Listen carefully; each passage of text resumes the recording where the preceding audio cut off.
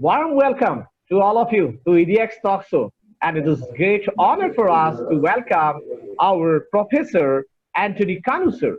Anthony KANU sir is from Tangian University, Nigeria. He is working for African Religion and Cultural Studies.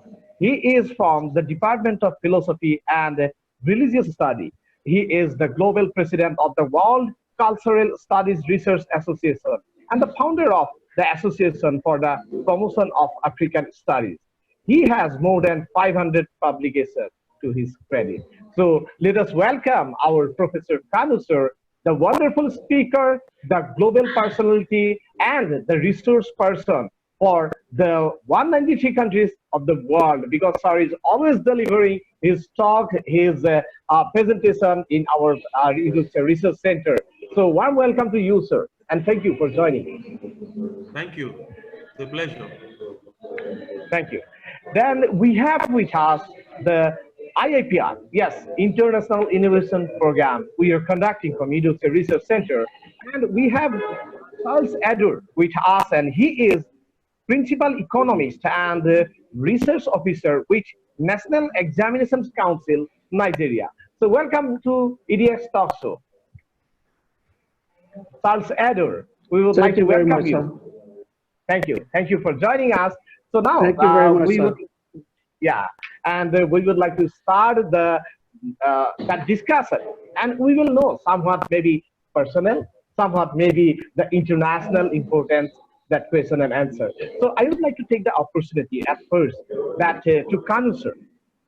That is, we know that during this COVID-19 pandemic, the people are doing different work, and if someone is from computer engineering, also he is locked down at his home. And in that case, we have seen like that he is cooking, maybe he is singing, he is doing something. So this is somewhat maybe personal also. So sir, may I ask you that during this COVID-19 pandemic and lockdown is going on, what are the things or any work that you have done at your home apart from academic and research? We know that you are the academician researcher, and apart from academic and research, anything that you have done during this lockdown period, sir?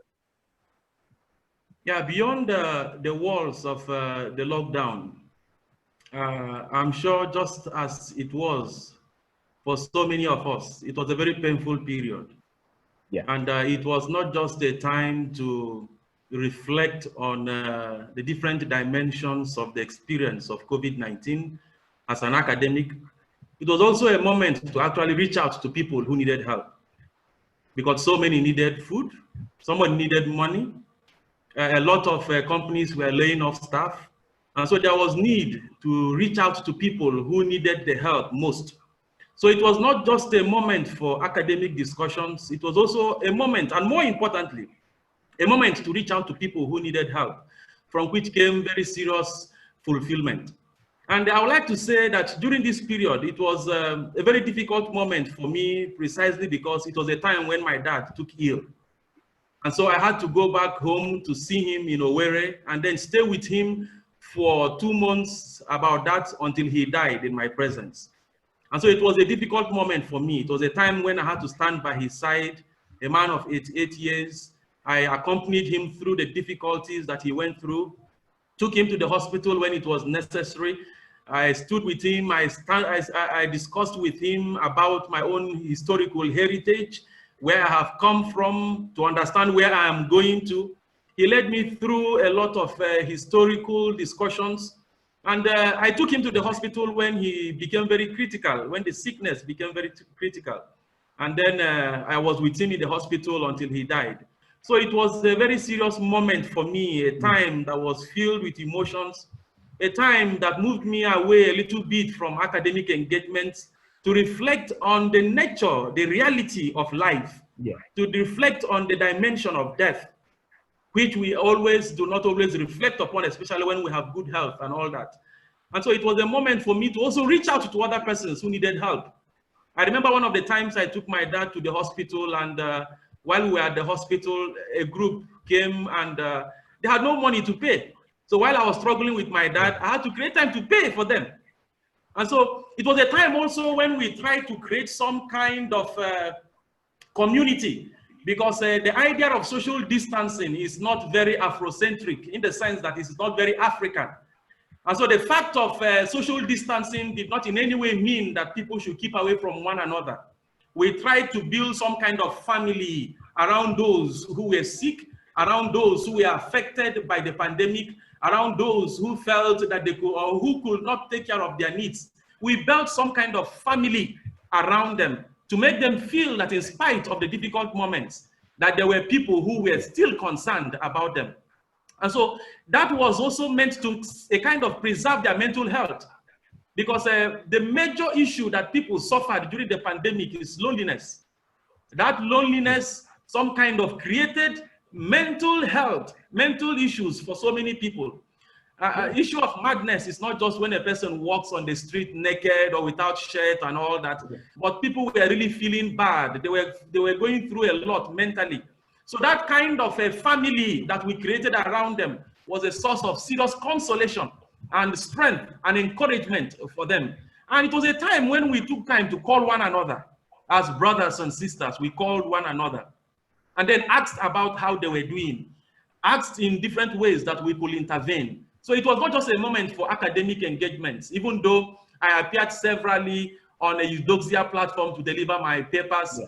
But beyond that, I was engaged in more humanitarian activities. And even when my dad died, I was still at Exodia to make a presentation, but no one knew. It just gives you a picture of the experience of so many people. People are going through a lot, but you do not know until you get close to them. You hear from them, you speak with them, then you discover the burdens that they would like to share with others. So that was like a collection of my experience beyond the academic world during this period of COVID-19. Thank you. That is hats off to you, sir. Because apart from academic, and you are the person inspiring the world, because always, even I cannot imagine that you were facing that kind of problem, because your every presentation was excellent and better than the last one. And even as you have already informed that you were facing a problem with your father, on that day also you were making the presentation, even during your father, when he was inside the hospital, you were helping the other people, those who were not getting their point, those who are not getting their finance, you are helping them. So hats off to you, sir. And I hope that the world is today listening. That is why this EDX Talk Show name is that Research Celebrity Talk Show. Yes, of course, these are the academicians, these are the researchers, and I would like to request the whole world, that because all are watching us and in our channel also, EDX Talks, then also other social media. Please give the big hand for such activity. I think that this should be the role model of the world, because yes, of course, because today someone is saying like that I am cooking, I am doing that thing, but quite different and excellent work done by our Professor KANU, sir. That in spite of his regular research work, regular presentation, and even the conferences, training program once a week, and apart from that, involving himself to help the poor people, to help the humanity, also giving support to his parents. Really, it is wonderful. Now, I would like to take the opportunity to ask one question to Edor. So, Edor, you can unmute. And my question is that, what about you during pandemic period? What are the work that you are involving yourself? And you are also from Nigeria, and I would like to know from your side. It was not essentially very different here in Nigeria. It was the first time in my life where I had to stay indoors for more than three months. We could not even go out. Nobody, the streets were deserted. A whole lot of those places that we love to visit, of Washington, places of worship, the schools, libraries, and a whole lot of them. The pandemic would not allow us. So it got us much closer to our families, our children, who usually were being taken care of by the schools. We were the one doing the teaching, for our children. And it was not, my case was slightly different from Dr. KECHUKWU, though my dad has been down. So he was one of those, because he's in his 80s. So we're looking for all means just to make sure that he is safe because the aged are the most vulnerable. In all, the period of pandemic was a period of reflection for me, and my family. Yeah, and this is also wonderful, I think, that experience for you. And of course, that all of you are really engaging with quite different work, and it is helping each other. So it is the truth of our life that if we can help each other, if we can help humanity, then definitely God will help us. Now, I would like to come to our Professor KANU, sir. That is, sir, all of we know that you are the excellent speaker. Each and every one, I'm telling you, sir, from 193 countries, we are connecting the researcher. And after your presentation, that is, you were one of the best global speaker. Always we are receiving the emails, always receiving the messages, and you are inspiring all the people. Now, my question is that, what was the incident in your life which motivated you for becoming one global personality, for one global academician and researcher? Any story, life incident in your life? Okay, there are a college of life experiences that turned my life around and propelled me in the path of academic engagements. One of them was what happened during my secondary school days. In Nigeria here, you have nursery school, you have primary school, then you get to the secondary before you move into the university, what many call high school. And so when I came into the secondary school, I had some friends around me. And those friends I had were not helping me at all. When it was time to sleep, we were awake playing. When it was time to read, we went to sleep. When it was time to play, then we went doing things that were not very relevant. And so each time the results came out at the end of the semester, or at the end of the term, as we called it, or at the end of the session, I found myself taking almost the last position. And this continued over time until I came in contact with a friend by name Kingsley, who is now a medical doctor in the United States of America in New York. He was my classmate and in fact, the head boy at the time. When I came in contact with Kingsley, something began to happen. Kingsley was a very serious-minded person, very studious as a person, very committed to different activities which were prepared by the institution to shape fundamentally the development of the human person within the circumference of the school. When I came in contact with him, each time he went to study, I studied with him. Each time he went to pray, we prayed together. Each time he did things that were necessary, we did those things together. I discovered that at the end that my result changed. I moved from 24/30, and then I came to the position 10/30, which means that I had moved like 14 points away. And then as our friendship deepened, it got to a point I came fifth, the fifth position in a whole class of 30. Then I got to the second position over 30. Wow. Then I was in between the second position and the third position. Kingsley was some kind of a spark in my own life, the present academic engagement. And I strongly believe that he's at the base of it to a great extent. He influenced me to a very great extent. It tells us something about our own degrees of partnership, that the people we partner with, it has a way of affecting us. A person does not go beyond the quality of people that he partners with. And so if there is anyone who intends to grow in life, that the person must partner with the right persons. If you partner with the wrong persons, then the wrong things begin to happen in your life. If you partner with the right persons, then the right things begin to happen in your life. So Kingsley was like a catalyst in my life at that point. And then a second person that I will never forget is my dad. My dad was a lecturer at the Federal College of Education in Yola, Adamawa State. And as a lecturer, he led us through the fundamentals of academics. His life was a model. He was a model. And I always say to myself, if my dad, at a point when he had no computer, at a point when he had no access to some kind of the technological advancements that we have available to us, was able to write books, was able to write articles, he wrote with hand, with a pencil or with a biro, and then a typist typed. how much more myself, who has before me the internet, a lot of resources to consult, a lot of persons available to me to consult. Then I say to myself, I must move beyond my father. My father was like a stepping stone, and that is what being a father is. He was like a stepping stone, a pointer to where I should be, somewhere beyond where he was. And another factor that I cannot take away from the level which I have reached is resilience. And that resilience, to a great extent, has got to do with the cosmology of my own worldview, some kind of my own worldview, the Igbo worldview, which is resilient, struggling to succeed in the midst of every difficulty or challenges in life.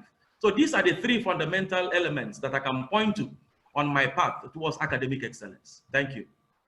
Thank you. Thank you very much sharing these three stories. And I think that it will really influence our researchers.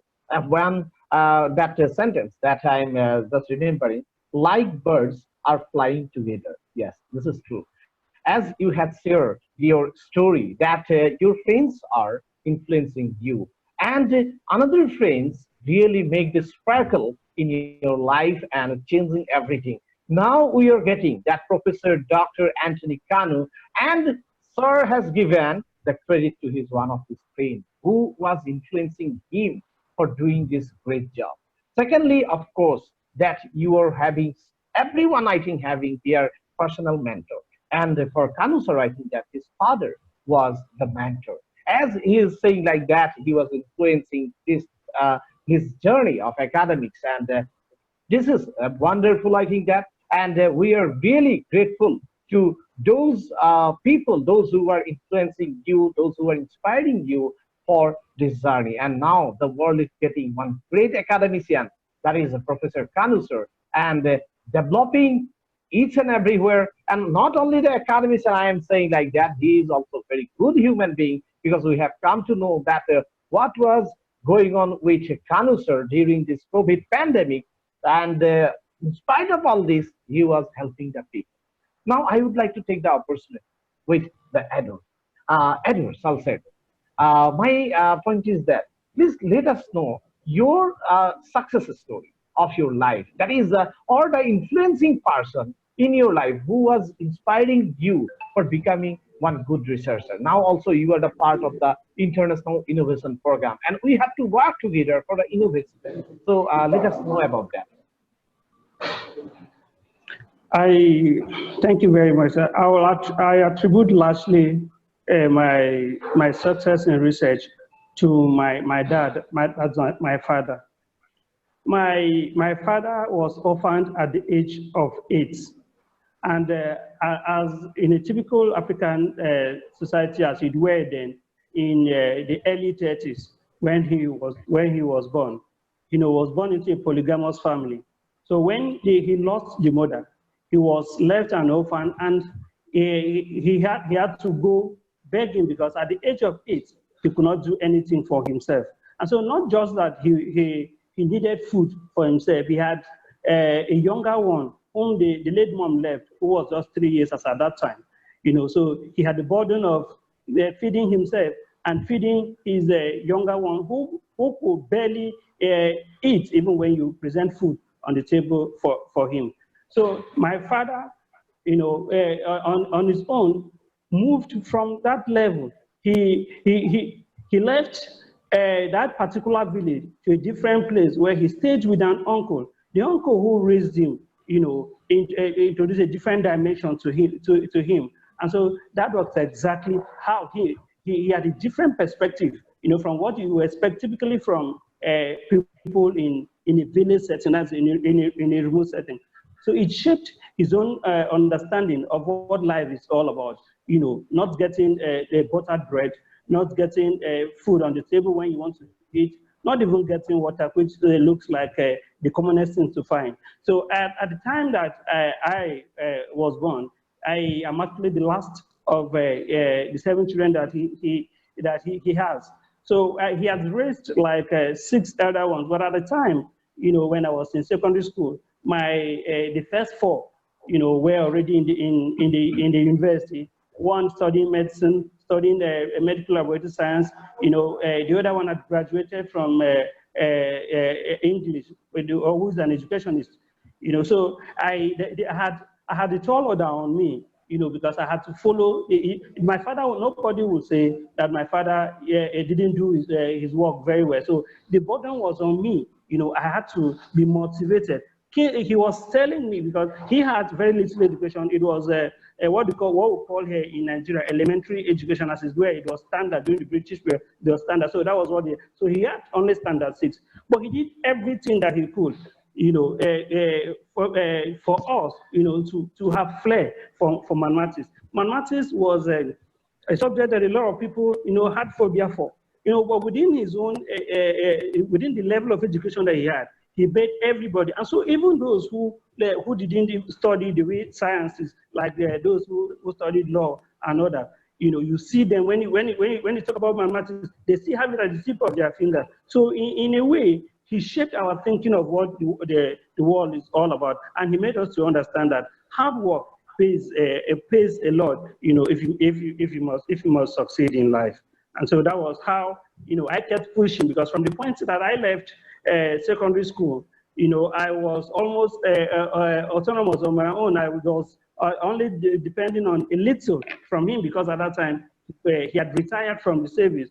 So it was just my other ones who were sending one thing or the other to me. So I had to shape myself, for the future. My university education was a little tougher, because I had to leave from the southern part of Nigeria to the north, where I schooled. And as it were then, these days of e-banking was not even, they even sending money. Sending money at that time was a very difficult thing. So given the distance, from the south to the north, I was made to be very strong on my own. And so even after my university education, I insisted that I want to go after the first degree. I insisted that I want to go for a higher degree. At the point of when I got admission into the master's degree, God answered my prayers. At that time was when luck came in, and I got the job. In fact, it was actually 2 jobs, at the same time. I was looking at what then do I do? Do I continue with my master's at that time, or do I pick the job? Among the 2 jobs I got, one was a high-paying job, while the other one was an average-paying job. But the high-paying job was one that would take a lot of my time and wouldn't allow me to actualize my ambition of being a researcher, because it's an intelligence agency where you have very little time for yourself. So I had to opt for the one in an educational system, in the educational sector, where I knew that I can contribute my best. And of course, I thank God that I didn't allow money to drive to be the driving force, for my choice. Today, I thank God, because within this job, I have been able to do my master's, and I have even applied for a PhD program, just to pursue my ambition of being a researcher. Thank you very much. And we have seen the life is full of struggle, up and down, but the success will definitely come if you never give up your working. If you never give up your goal, then definitely you can reach the goal. And we have come to know from Edor experience. He was sharing his story in his life, and we have seen that how struggle came and how it was overcome by his family, by the grace of his father, everyone working together. Then also, I think that now Sir Edor is the principal economist or a research officer in National Examinations Council, Nigeria. So this is a journey, the true journey of life. And everyone will face problems. Everyone will face the struggle in their life, and how they will overcome that one. It is up to that person. And my request to all the researchers, those who are watching us, because today we have the 2 stories, that is one from special, the first story from our KANU sir, and also during the lockdown, how he was involved helping the people. Then Edor now sharing the influential story of the life. It is really, I think, that inspiring the world, inspiring the people, inspiring the women, inspiring the researcher of all around 193 countries where we are connecting the people. Now, one small question, that is the opinion of our Professor KANU sir towards our EDOXA Research Center. Sir, if in one or two sentences, your comment about EDOXA Research Center, then what will be that? Well, I have always described Eudoxia Research Center within the context of an exorcist that conjures mortified spirits to tread on new grounds when it comes to research. I have always described Eudoxia Research Center within the context of the proverb of Chinua Achebe when he speaks of the wood for which the ants have gathered. Researchers gather all over the world. The other time we came together for research, more than 150 persons from different parts of the world were present. It is the wood for which the ants have gathered. I see Eudoxia as doing a great job, and the job they are doing is within the context of the spirit of globalization, making the world, bringing us together to a conference table where we sit together, not just to look at one another, but to interact, to understand one another and to relate better. So for me, Eudoxia is doing a great job, and it is a catalyst in our own time. The concept of researchpreneur is a new one that is going to shake the world. And it points out something fundamental about Eudoxia, that she's not just concerned about herself, but she's also concerned about impacting people. That, I think, is at the heart of Eudoxia Research Center. Thank you. Thank you very much, and thank you for your kind words. And yes, of course, that through our research center, through Eudoxia Research Center, now the world become one family. We have the family member, researcher, and the academicians in, I think, that more than the 193 countries of the world. Now, one of the research partners, IIPR, Edor, what is your opinion? Because you are already enrolled with us. You are continuing with us. You are attending the International Innovation Program. And our aim is that to make it globalized, to connect with the people, to make something new that earlier people, they have not done it. The sharing of knowledge and involvement of the people for true innovation. So, Edor, what is your opinion about Eudoxia Research? Thank you very much, sir. No, the coronavirus pandemic unveiled a lot of opportunities for us. And so for me, because I was working remotely from home, I kept pondering on exactly what I need to do, to upskill or to reskill, myself, the dimension of what, the new normal, which is, remote working or the working from home, or where the limited contact, with social distancing and all that. And so I was thinking, exactly what I needed to do. But shortly before God showed, because I liken it to God, God showed Eudoxia Research Center to me. I had pondered so much on what exactly do I need to know, what do I need to do, to equip myself in research. And so I was encouraged by my wife, to see if I can pick up a PhD. I picked up a PhD form, and that drove my curiosity. I was searching more, because basically why I am not so much interested in the academic aspect of research, but I'm interested in finding solution to the problem in society without following through the rigors of academics. So on my own, I said, okay, now how do I acquire more research? And I stumbled, one day on social media, I just stumbled on researchpreneur, and I was like, what exactly is this? I said it was also a revolution, because as soon as I saw I copied the number and I interacted with a doctor. I saw the response was very fast, and before 1 week, I was already immersed in ERC. And so for me, Eudoxia Research Center is the best place. In fact, it's one of the best things that have happened to me in the last 5 years. I know how refreshed I feel. It is a one-stop shop. Because you get multidisciplinary experiences, from renowned scholars, from renowned researchers who know the subject matter into who give it to you in the most practical terms, in a way that you hardly can even get it in a university, because I don't know the number of hours your lecturers or will need to teach you what those research centers would teach you even in just a month. And so I feel so accomplished, joining the IPP program. Thank you. Thank you very much, Edor, endorsing us and giving that recommendation from your side to join the O.S.A Research Center as the research pioneer.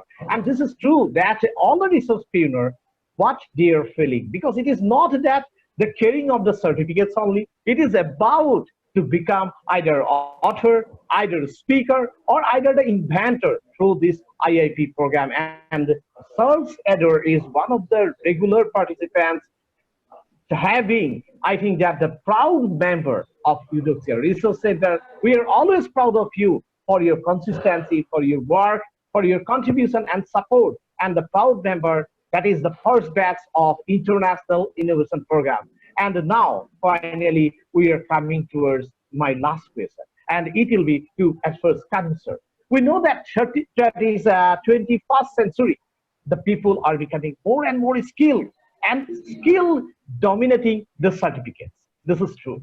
So what is your opinion that how their skilled person will get the opportunity for employment in this present situation? Because COVID-19 pandemic is going on, and the people need to be more skilled, because if they want to survive in this world, if they want to involve with their job, if they want to grow in their life. So what is your opinion, sir? Skill and their present employment. Actually, even before the emergence of COVID-19 in December 2019, the emphasis on certificates has not always been the major thing of concern, because we are gradually moving into a generation that is virtual in character. Our generation, they are not concerned about great teachers, they are concerned about great witnesses. Not just people who can teach, but people who can do what they teach.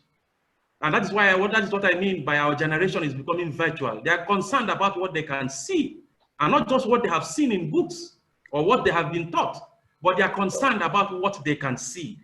And so if you see, it is moving attention from the certificates that people can record to what they can see you do.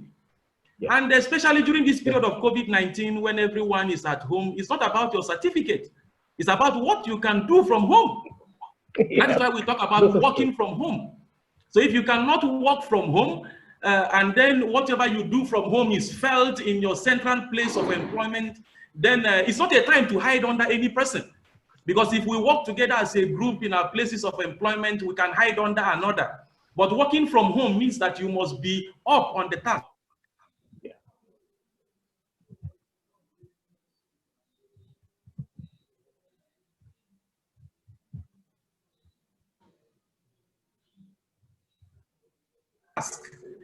And so the end men who are considered the richest in the world, check their certificates, you discover that most of them have no serious certificates. And so people are beginning to be concerned about what works and not just having a certificate. So the trend is changing. And I think the COVID-19 that has come with a very great lesson. And that lesson will remain with us for ages to come. Thank you.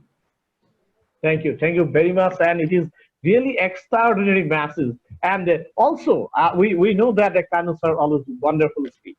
And in very funny way, he presented the truth of our life that yes, during this COVID-19 period, in 21st century, in this virtual and digital platform, you cannot only show your certificate, but you have to show your performance.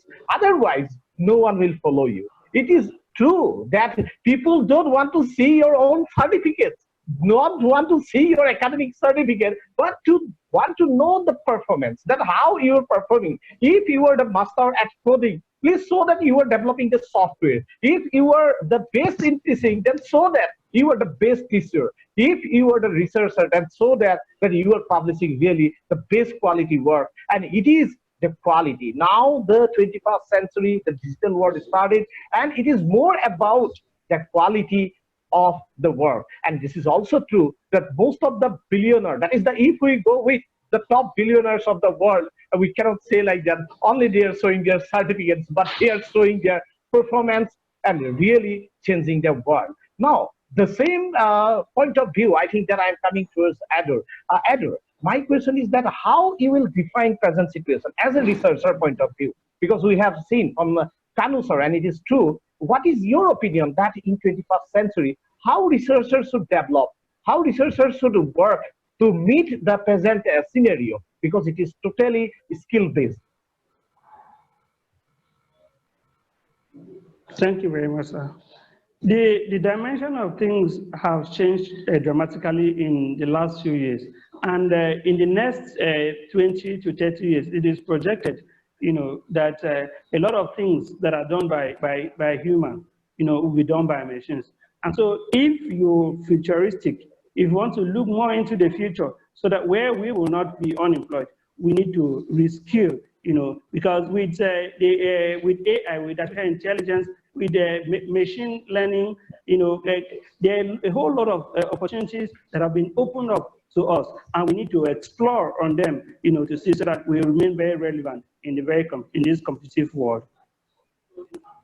Thank you. And I think that this is really inspiring the people, those who are thinking like that during COVID-19 pandemic, I cannot work.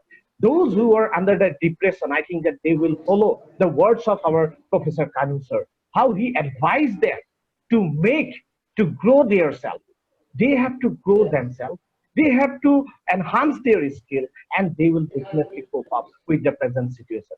Don't go with the depression. Why you are thinking like that COVID-19 is only responsible for your failure, but you are the person who can make it success.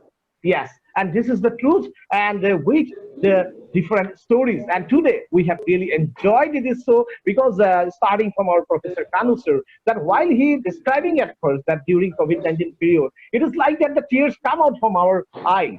And finally, whenever he is sharing that what is the skilled people and what is the people, those who were carrying the box-to-box certificates with them, and it's really funny. So we have seen that this is the way of presentation, that is the elevating the mood of the people. Then we have seen the International Innovation Program product, that is Charles Edor. And Charles Edor is also the research officer with the National Examination Council, Nigeria. So special thanks to Charles Edor for giving your time, your support, contribution to our research celebrity talk show. And I would like to admire, I would like to appreciate again our Professor Dr. Anthony KANU sir, the person inspiring the world. Just one sentence I would like to share with each and everyone, that Professor KANU sir is the person who is inspiring the world, the person from Tangian University, Nigeria, but always delivering his talk, his presentation, his research contribution through our center also, through digital platform also, to the countries, to the different countries of the world. So really, sir, we are thankful to you, and Charles Edor thanking you for joining this research celebrity talk show. So we hope that we will again meet that in this like a platform, and a special thanks to both of you, and hope that you will, all the people, those who are watching us, just enjoying today research celebrity talk show. So namaste from India to Professor KANU sir and Sir Edor. Thank you very much, and stay safe all together. Thank you.